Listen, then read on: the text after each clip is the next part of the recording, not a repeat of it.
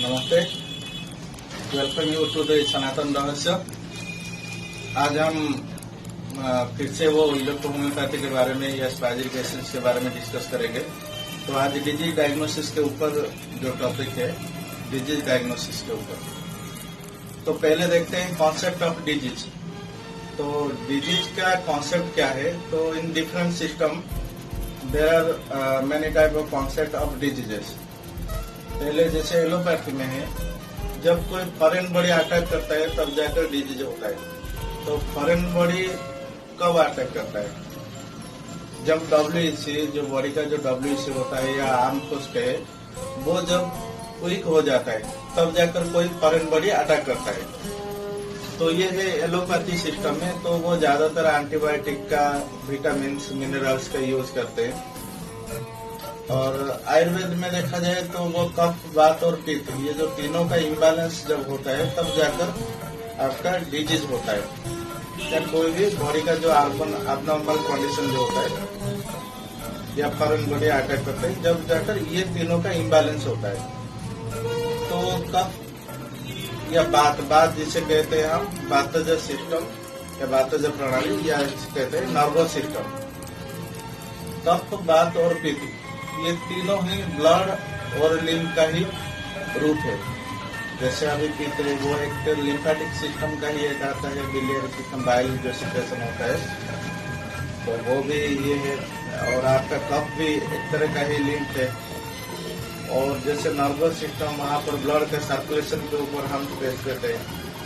तो डायरेक्ट है या इनडायरेक्ट का है, जो सबसे पुरातन सिस्टम है आयुर्वेद है, तो उसमें हम यही कफ, वातिन या ब्लड या लिम्फ की इम्प्यूरिटी के ऊपर ही ध्यान देते हैं। होम्योपैथी में जब वाइटल फोर्स उनका जब वीक होता है तब जाकर बॉडी को फॉरेन बॉडी अटैक करता है, या वाइटल फोर्स की कमी की वजह से डिजीज होता है।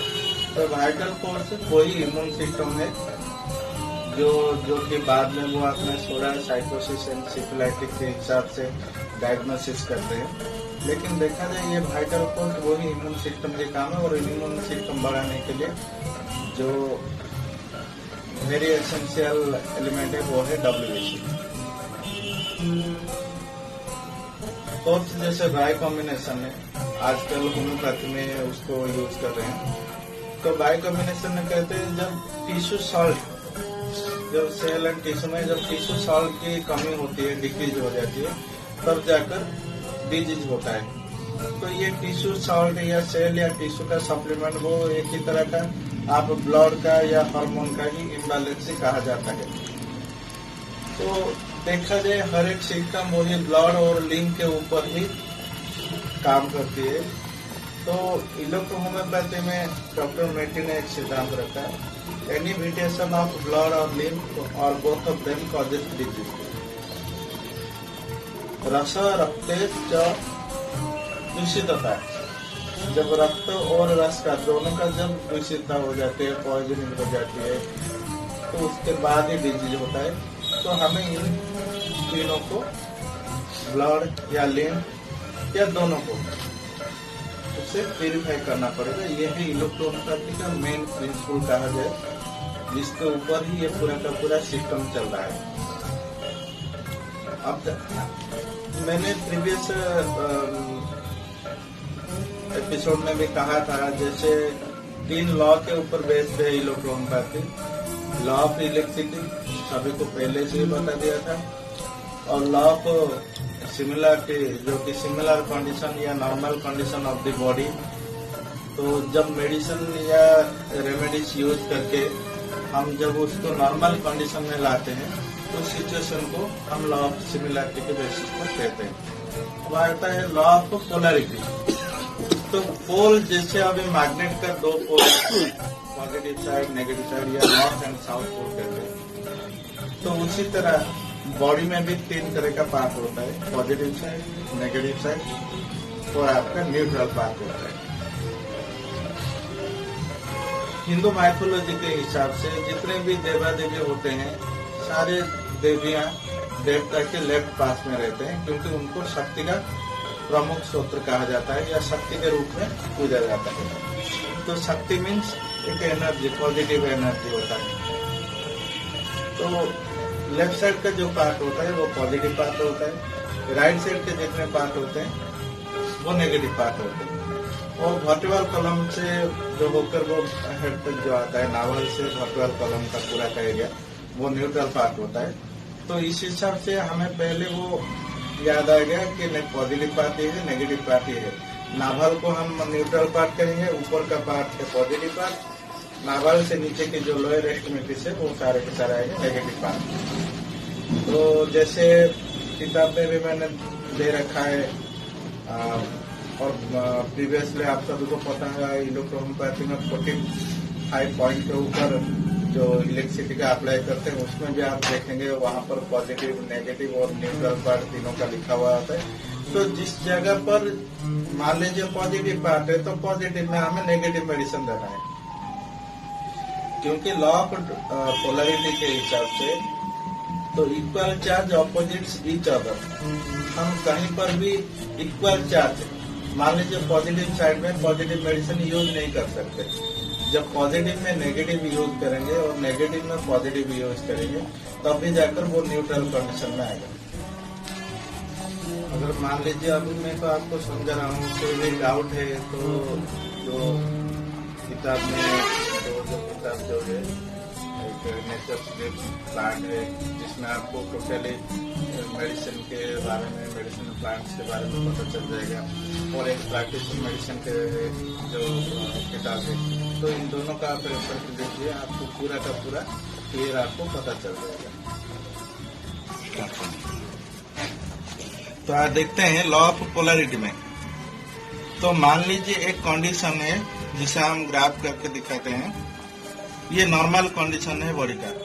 नॉर्मल कंडीशन का मतलब क्या है? न्यूट्रल कंडीशन, जिसमें आपका पल्स, आपका बीपी, आपका जो कार्डियक सिस्टम का, रेस्पिरेशन रेट का, सारे के सारे नॉर्मल कंडीशन में रहेंगे। तो इस कंडीशन को न्यूट्रल कंडीशन कहेंगे। तो पॉजिटिव डिजीज क्या, नेगेटिव डिजीज क्या? Any hyper activity of any organ is called positive disease. तो मान लीजिए ये इतना काम करना था, उससे ज्यादा काम कर रहा है, तो हाइपर एक्टिविटी, तो इससे कहेंगे पॉजिटिव डिजीज। तो इस कंडीशन में हमें क्या करना पड़ेगा? नेगेटिव मेडिसिन या नेगेटिव इलेक्ट्रिसिटी के द्वारा इसको न्यूट्रल कंडीशन या लॉ ऑफ सिमिलरिटी या सिमिलर कंडीशन पर हमें लाना पड़ेगा। तो ये जैसे न्यूट्रल कंडीशन में आएगा तो ये आपका बॉडी का पूरा वो बैलेंस हो जाएगा। तो इसे पॉजिटिव डिजीज में नेगेटिव मेडिसिन देना है। उसी तरह नेगेटिव कंडीशन क्या कहेंगे? एनी हाइपो एक्टिविटी, जितना काम करना था उससे कम का काम जब करता है तो उसे कहते हैं नेगेटिव डिजीज। मान लीजिए ये इतना काम करना था न्यूट्रल कंडीशन तक, ये काम इतना नहीं कर पाया, तो उस कंडीशन में हमें क्या करना पड़ेगा? इसमें पॉजिटिव मेडिसिन देकर उसको बढ़ाना पड़ेगा। एक में घटाना पड़ेगा, एक में बढ़ाना पड़ेगा। जब ये बढ़ते बढ़ते, क्योंकि बॉडी का एक ऑटो मैकेनिज्म सिस्टम होता है, तो वो ऑटोमेटिकली आपका नॉर्मल कंडीशन में आकर वो आपको बैलेंस कर देगा और उससे ये ज्यादा बढ़ेगा नहीं या घटेगा नहीं। तो ये कंडीशन में हम पॉजिटिव में नेगेटिव मेडिसिन देंगे और नेगेटिव डिजीज में पॉजिटिव मेडिसिन देंगे। ये है उसका कॉन्सेप्ट। अभी जानते हैं पॉजिटिव मेडिसिन क्या, नेगेटिव मेडिसिन क्या। स्पाइजेरिक एसेंस उससे लेकर आपका D3 तक, D1, D2, D3, ये तो सारे हमें फार्मास्यूटिकल जैसे जो मैन्युफैक्चरिंग कंपनी होती है उनके लिए यूज होता है। लेकिन जो पेशेंट के ऊपर यूज किया जाता है, जो D4 डायल्यूशन, उसे कहते हैं D4 या फास्ट डायल्यूशन जिसे कहते हैं। तो मैंने डायल्यूशन के टॉपिक में मैंने वो एपिसोड में बता दिया था कैसे डायल्यूशन बनाना है, थोड़ा आप उसमें देख लीजिएगा। तो जो फास्ट डायल्यूशन है उसे कहेंगे पॉजिटिव डायल्यूशन। उसके बाद जितने डायल्यूशन आएंगे वो सारे के सारे होते हैं negative dilution. Second, third, fourth, fifth जितने होते हैं वो नेगेटिव डायल्यूशन होते हैं। इस तरह इलेक्ट्रिसिटी भी आपका होता है RE, रेड इलेक्ट्रिसिटी, और ब्लू इलेक्ट्रिसिटी। ये दोनों होते हैं पॉजिटिव। हालांकि रेड इलेक्ट्रिक थोड़ा ज्यादा एग्रेसिव है और बी थोड़ा सा कम कूलिंग इफेक्ट भी देता है, तो कभी कोई डिजीज में न्यूट्रल की तरह काम करता है, फिर भी इसका कैरेक्टरिस्टिक पॉजिटिव का है। तो ये दोनों पॉजिटिव इलेक्ट्रिसिटी है। नेगेटिव इलेक्ट्रिसिटी में क्या आता है? येलो इलेक्ट्रिसिटी वाई और आपका ग्रीन इलेक्ट्रिसिटी जी। तो ये दोनों आते हैं आपके नेगेटिव डिजीज में, नेगेटिव इलेक्ट्रिसिटी में।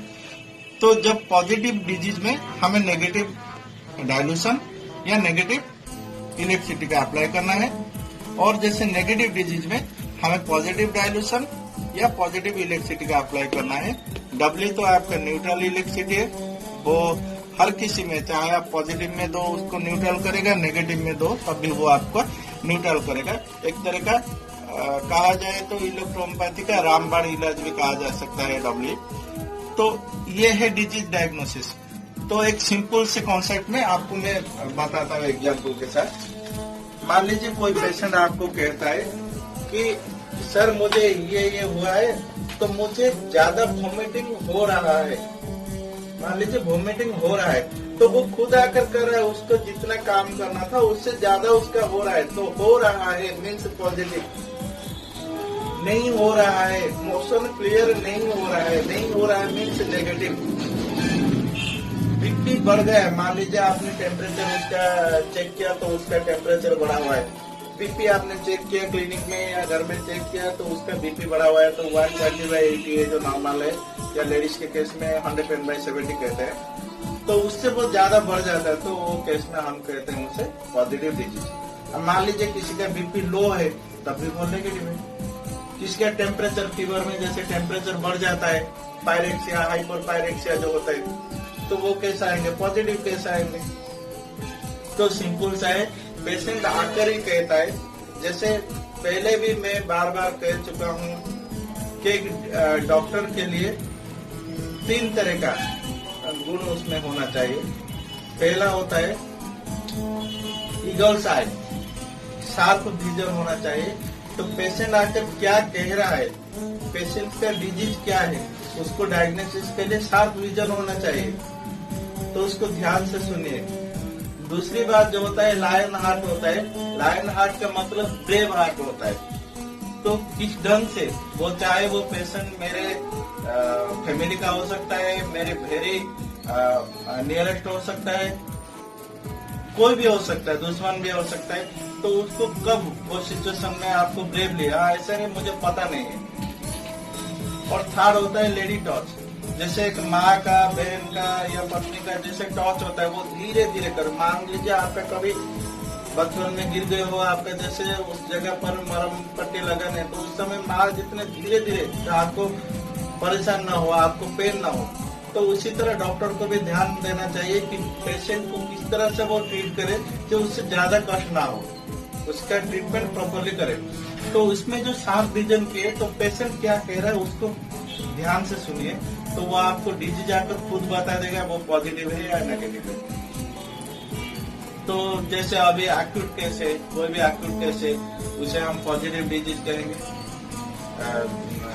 सॉरी, जितने भी एक्यूट केस है वो पॉजिटिव डिजीज है। और जितने क्रोनिक केस है, तो उस समय क्या होता है कि पेशेंट में थोड़ा वो उसमें भी उसका वायरस वगैरह सब ज्यादा हो जाता है। तो जितने भी क्रोनिक केस हैं उसमें थर्ड डायल्यूशन का यूज या जितने हाइपर डायल्यूशन का यूज कीजिए। जितने सेकेंड सब एक्यूट केस है उसमें सेकेंड डायल्यूशन का, जितने एक्यूट केस आते हैं उसमें फर्स्ट डायल्यूशन का प्रयोग कीजिए। और D1, D2, D3 का और स्पाइजरिक एसिड का मेरे अगर राय मानिए तो कभी यूज मत कीजिए, क्योंकि मैंने डायल्यूशन के टॉपिक में भी कहा था, उसमें प्लांट का प्रॉपर्टी जब तक खत्म ना होता है, तो प्लांट के प्रॉपर्टी में कुछ टॉक्सिक भी आते हैं, कुछ नॉन टॉक्सिक भी आते हैं, तो वो सारे आपका शायद कोई एडवर्स या एग्रावेशन कर सके। तो जब D3 के बाद D4 का यूज किया जाता है फास्ट डायल्यूशन, उसमें मेडिसिनल प्रॉपर्टी उसका एटम बढ़ता जाता है और आपको पॉजिटिव रिजल्ट मिलना शुरू हो जाता है। तो ये था डिजीज डायग्नोसिस के ऊपर। अगर कोई भी क्वेरी हो तो आप कांटेक्ट कीजिए, आपका कमेंट दीजिए। नेक्स्ट अपडेट में और कुछ स्टोरी होगा तो उसको क्लियर करेंगे।